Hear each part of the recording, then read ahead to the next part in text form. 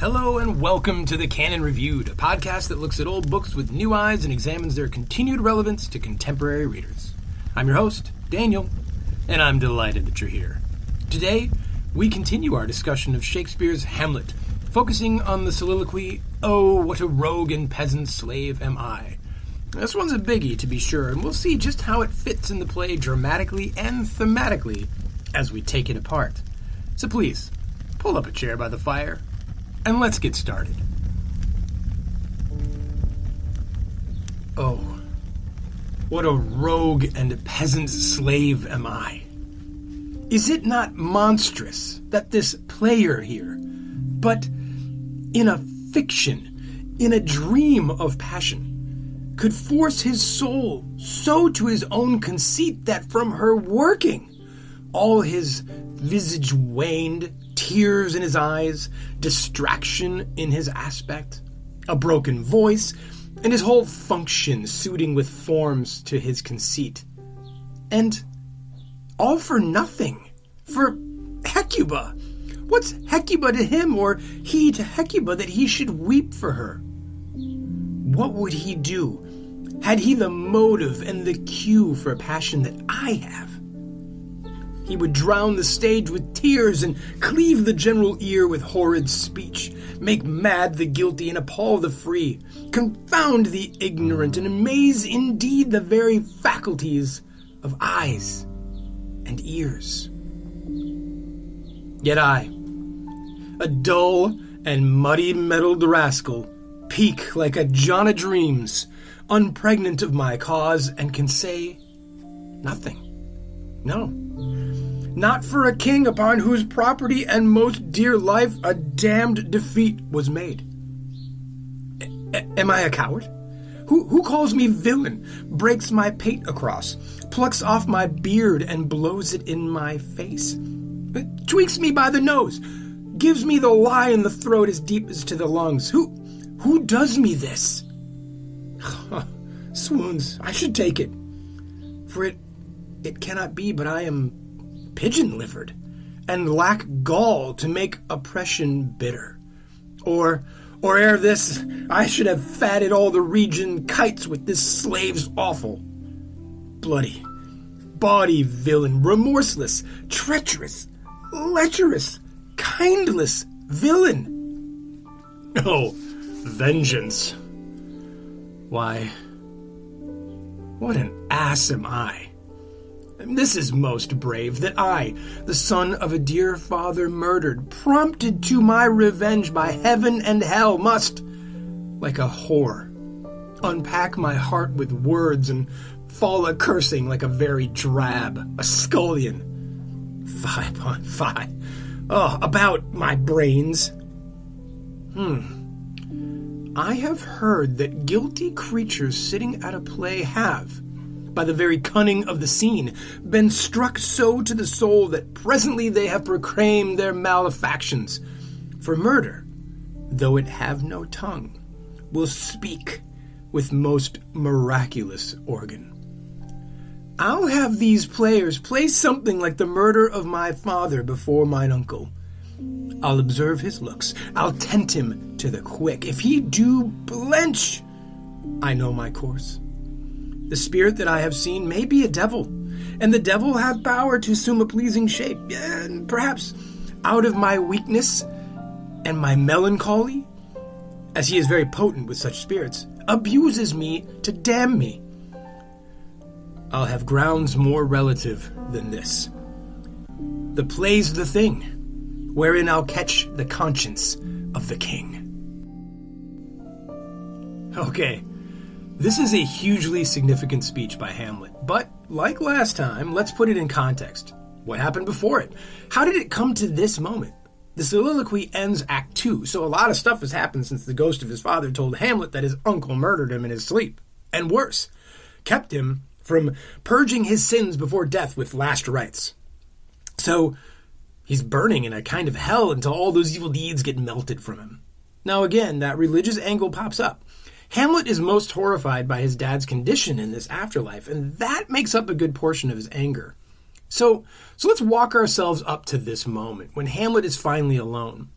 We spoke before that a central theme that runs throughout the play is how knowing that you're under surveillance changes your behavior.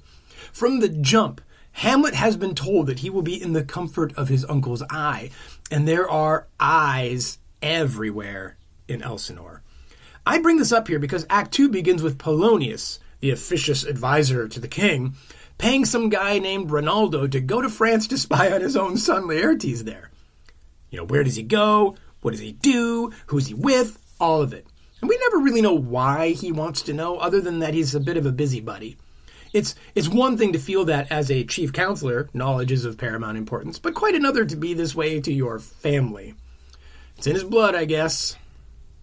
Okay, so once Rinaldo leaves, Ophelia comes in, looking pretty freaked out.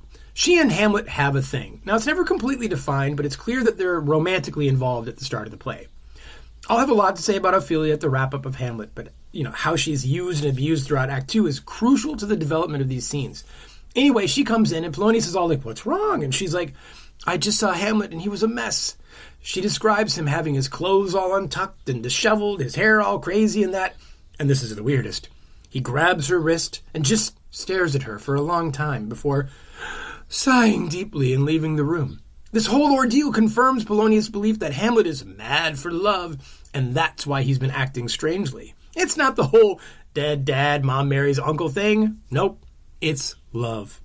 Unrequited love, hopes Polonius. So, now here introduced to us is the theme of madness, which will come to pervade the play, and also most discussion of it for the last, million years. You cannot read the book with any group of people without a big chunk of the conversation trying to determine if Hamlet was actually crazy or just acting crazy to throw his enemies off. I've always found the obsession with this question to be kind of strange and almost unnecessary. Maybe I'll talk more about this later, but let me get into it here too. But because the madness question lingers, if you let it, from here on out. Now, we've already talked about the meta aspect of the play as a meditation on acting and actors, and Hamlet's already mentioned how he plays the part of someone. He will chide actors, himself as an actor too, throughout the play. When, later in this act, a theater troupe comes to Elsinore, he will engage them as actors and ask them to perform a particular scene, and while doing this, also instruct them how to act. Hamlet, though perhaps a crude amateur for real, believes he's a great actor, and he uses those skills throughout the play. So if you're bent on the answer to whether or not Hamlet was really mad, I'll tell you now, he wasn't. Ever. And I don't feel like this shuts down pathways of interpretation either. It actually opens them up. So many doors close when you narrow the focus on that question. Well, anyway, how do I know he isn't crazy but just pretending? What makes me so confident? Hamlet, because he says so. Right after seeing his dad, he tells Horatio and the guards, while he's swearing them to secrecy, he says, "Hey fellas, I'm going to be acting a little weird from here on out, but trust me, I have a plan." Even Polonius cottons on to that later. The whole method to his madness line comes from this play. From the get-go, Hamlet will be using this ruse as his central way to come to the answer to his great question. Did my uncle really kill my father? Or am I being fooled by a demon getting to me through my grief? Hamlet really is a detective story. He's trying to suss out what really happened as everyone around him is trying to divine his next move. Now, does this pretending to be crazy take its toll? Of course. Hamlet can't be happy about his treatment of Ophelia, regardless of whether or not he feels it's necessary. He ruins his relationship with his mother, too, and his two childhood friends. It must be exhausting, emotionally, spiritually, and physically to keep it going. We'll get more into this part next episode. But he is always being watched, and he can't let his guard down, and he can't find the truth that people see him as he truly is. And lastly, I don't buy into the theory that he starts acting and then in that sort of fake it till you make it thing becomes truly crazy over time by the wacky circumstances that confront and confound him. Oh, what a digression. Apologies. Okay, back to the action.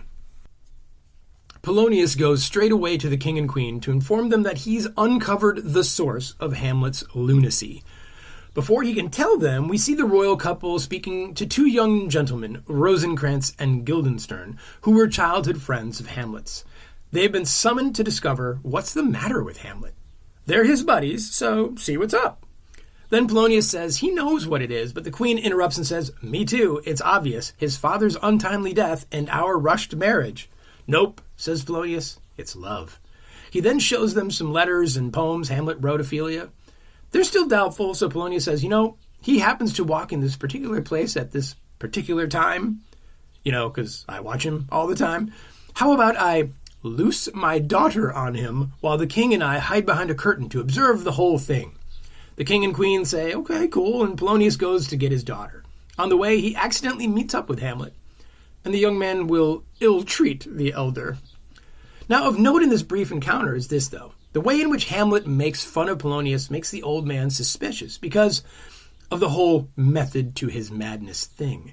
There's a thread to follow in Hamlet's ravings, even while he's talking salaciously about old people and Polonius' daughter.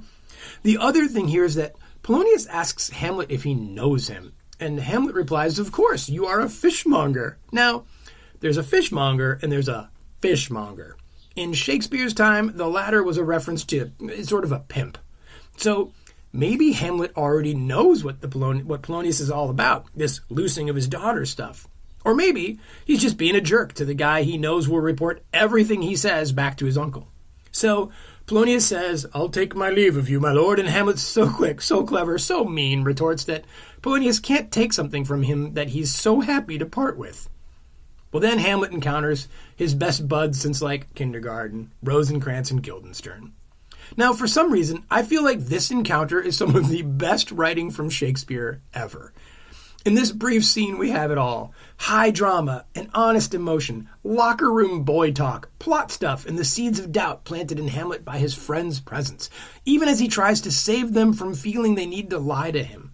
Hamlet's like, "Hey, why are you here?" And they're like, "To visit you." And Hamlet talks about how Denmark is a prison, so why should they want to come here?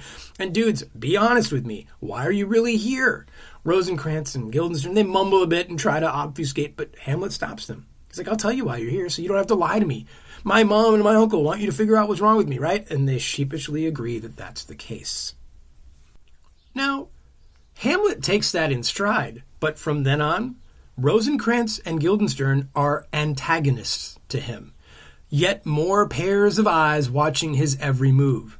Now, though they were his friends, and could still be, he must be very careful around them. He understands that their love for him must be weighed against their fear of failing the king. And so in essence, and he'll say as much later, he can't trust them. Instead, he says he won't be much company since nothing will get him out of the sadness and imprisonment from grief that consumes him. Well, Rosencrantz and Guildenstern then inform him that perhaps the traveling group of actors will cheer him up, and indeed Hamlet perks up at this. So the players come in and Hamlet recognizes the leader of the troupe and asks him to perform a scene Hamlet recalls him doing. So the player does and brings all to tears through his art, and even the actor seems moved by it. Now this matters, for the soliloquy Hamlet is about to deliver discusses this idea. It's actually a fixation of his, regarding both the power and the phoniness of actors and what they do. They pretend to have emotion. So imagine an actor like Hamlet himself, whose performance could be grounded in something more genuine. What then?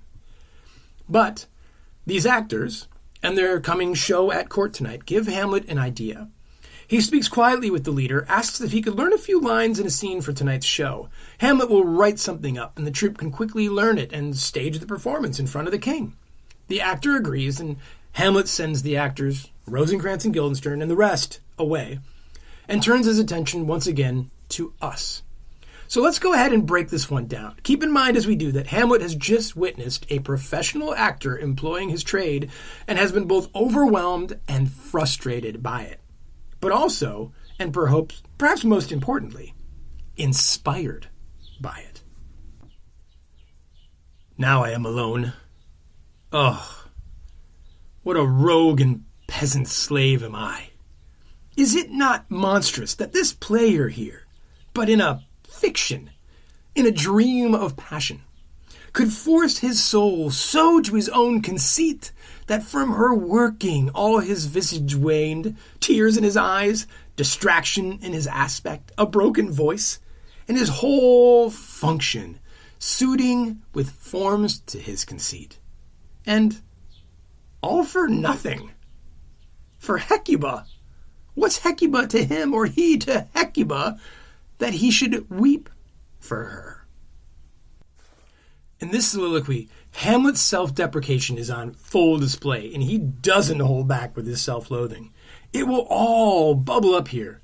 He considers the actor's scene he just witnessed, a scene from the Aeneid where Aeneas is telling Dido a story about the fall of Troy and King Priam's murder by the son of Achilles, and ultimately focusing on the king's weeping wife, Hecuba. Hamlet is baffled by the actor's ability to conjure up such emotion. I mean, the actor is good, but Hamlet considers the display to be monstrous in some sense. There's nothing behind it. All that weeping and fussing, visage waned nonsense, where does it come from?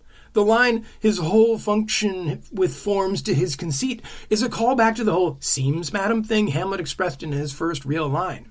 The actor is able to summon up all sorts of things to give truth to the lie of his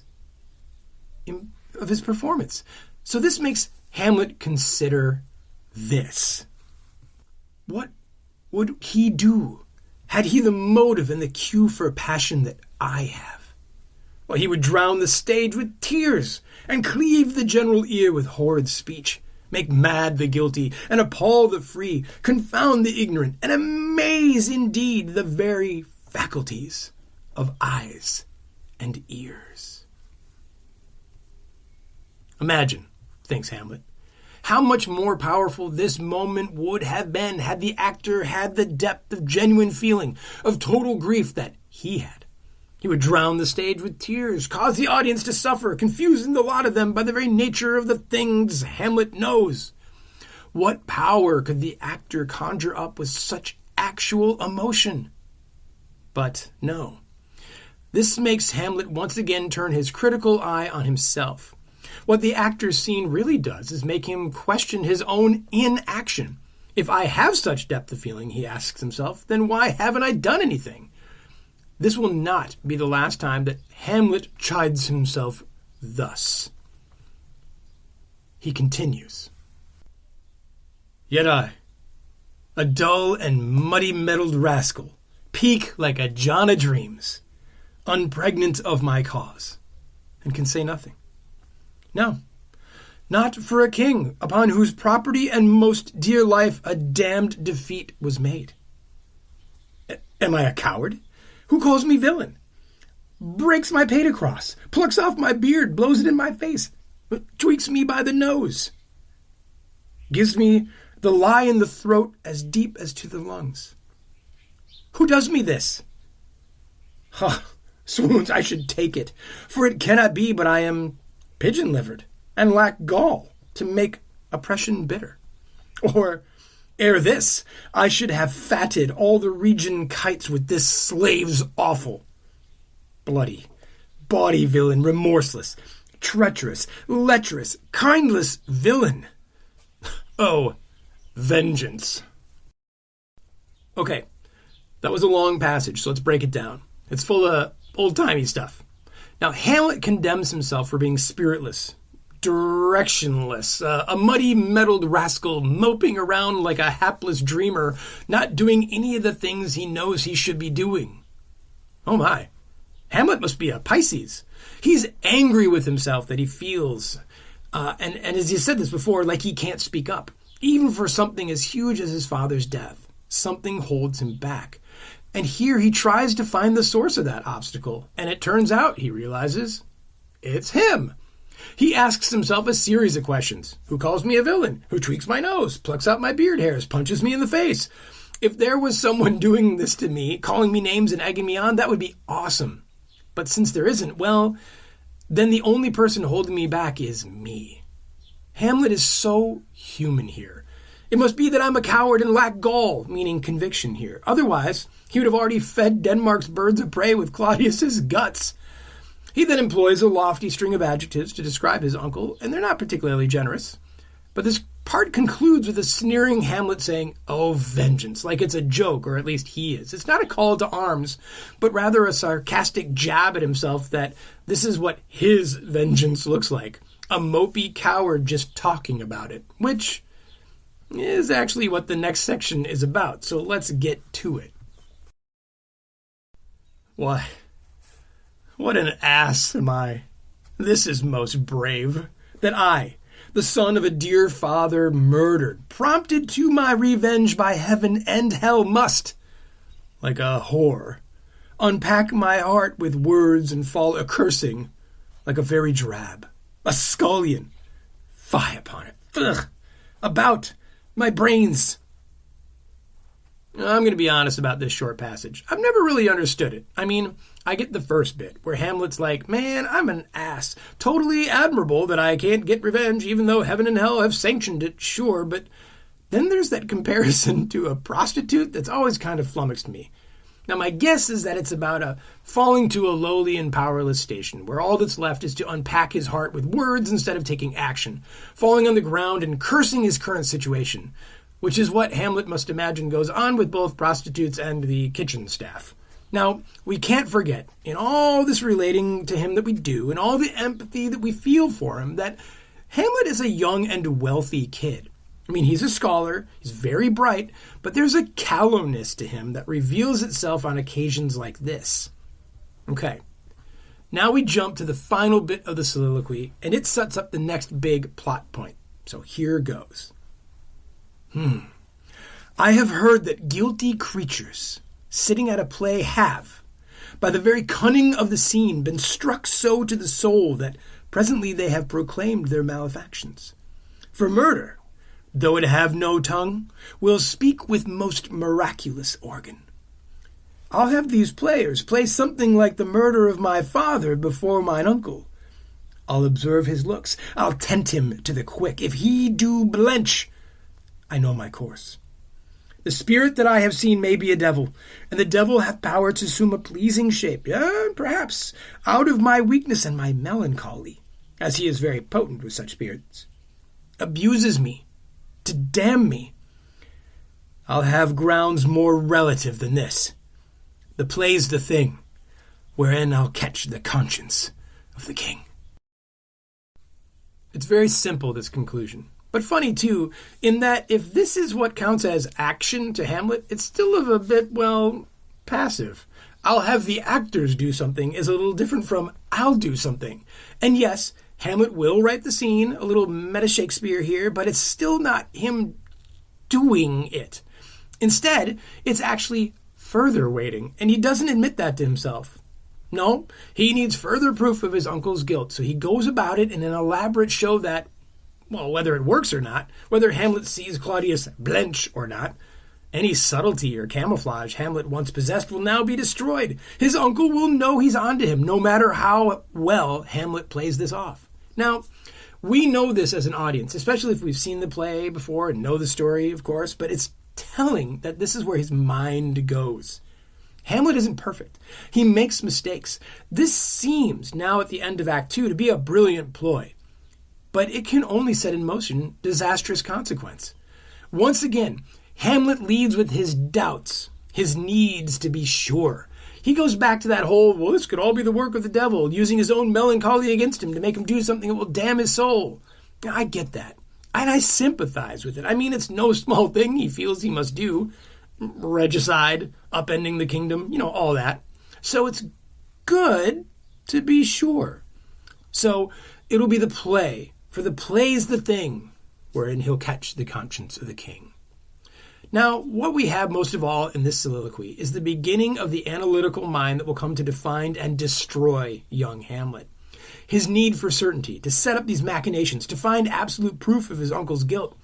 They're ultimately paralyzing. He cares so deeply about doing the right thing. But here, as we have seen, his self-critique is manifest.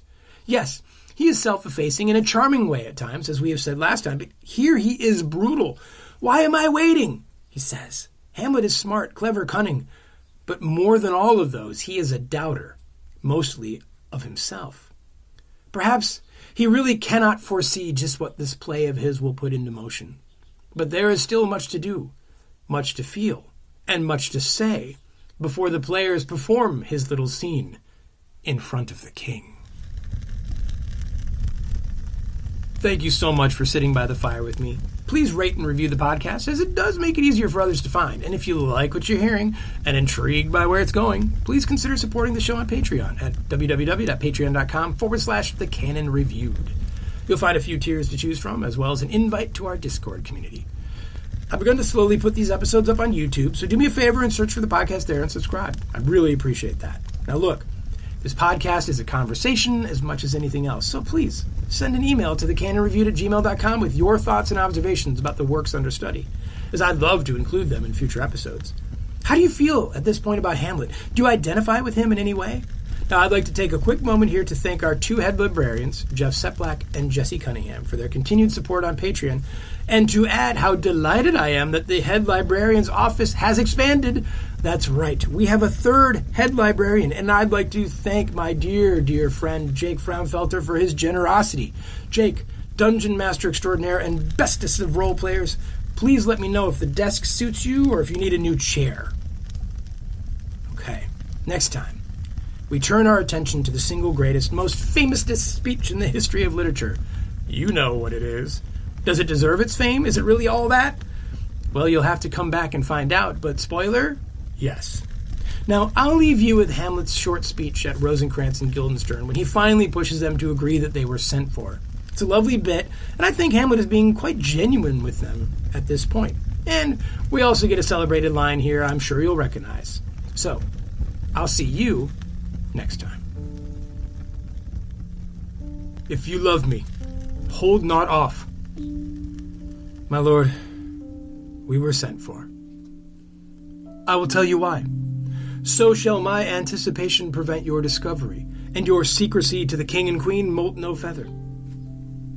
I have of late, but wherefore I know not, lost all my mirth, foregone all custom of exercises, and indeed it goes so heavily with my disposition that this goodly frame, the earth, seems to me a sterile promontory.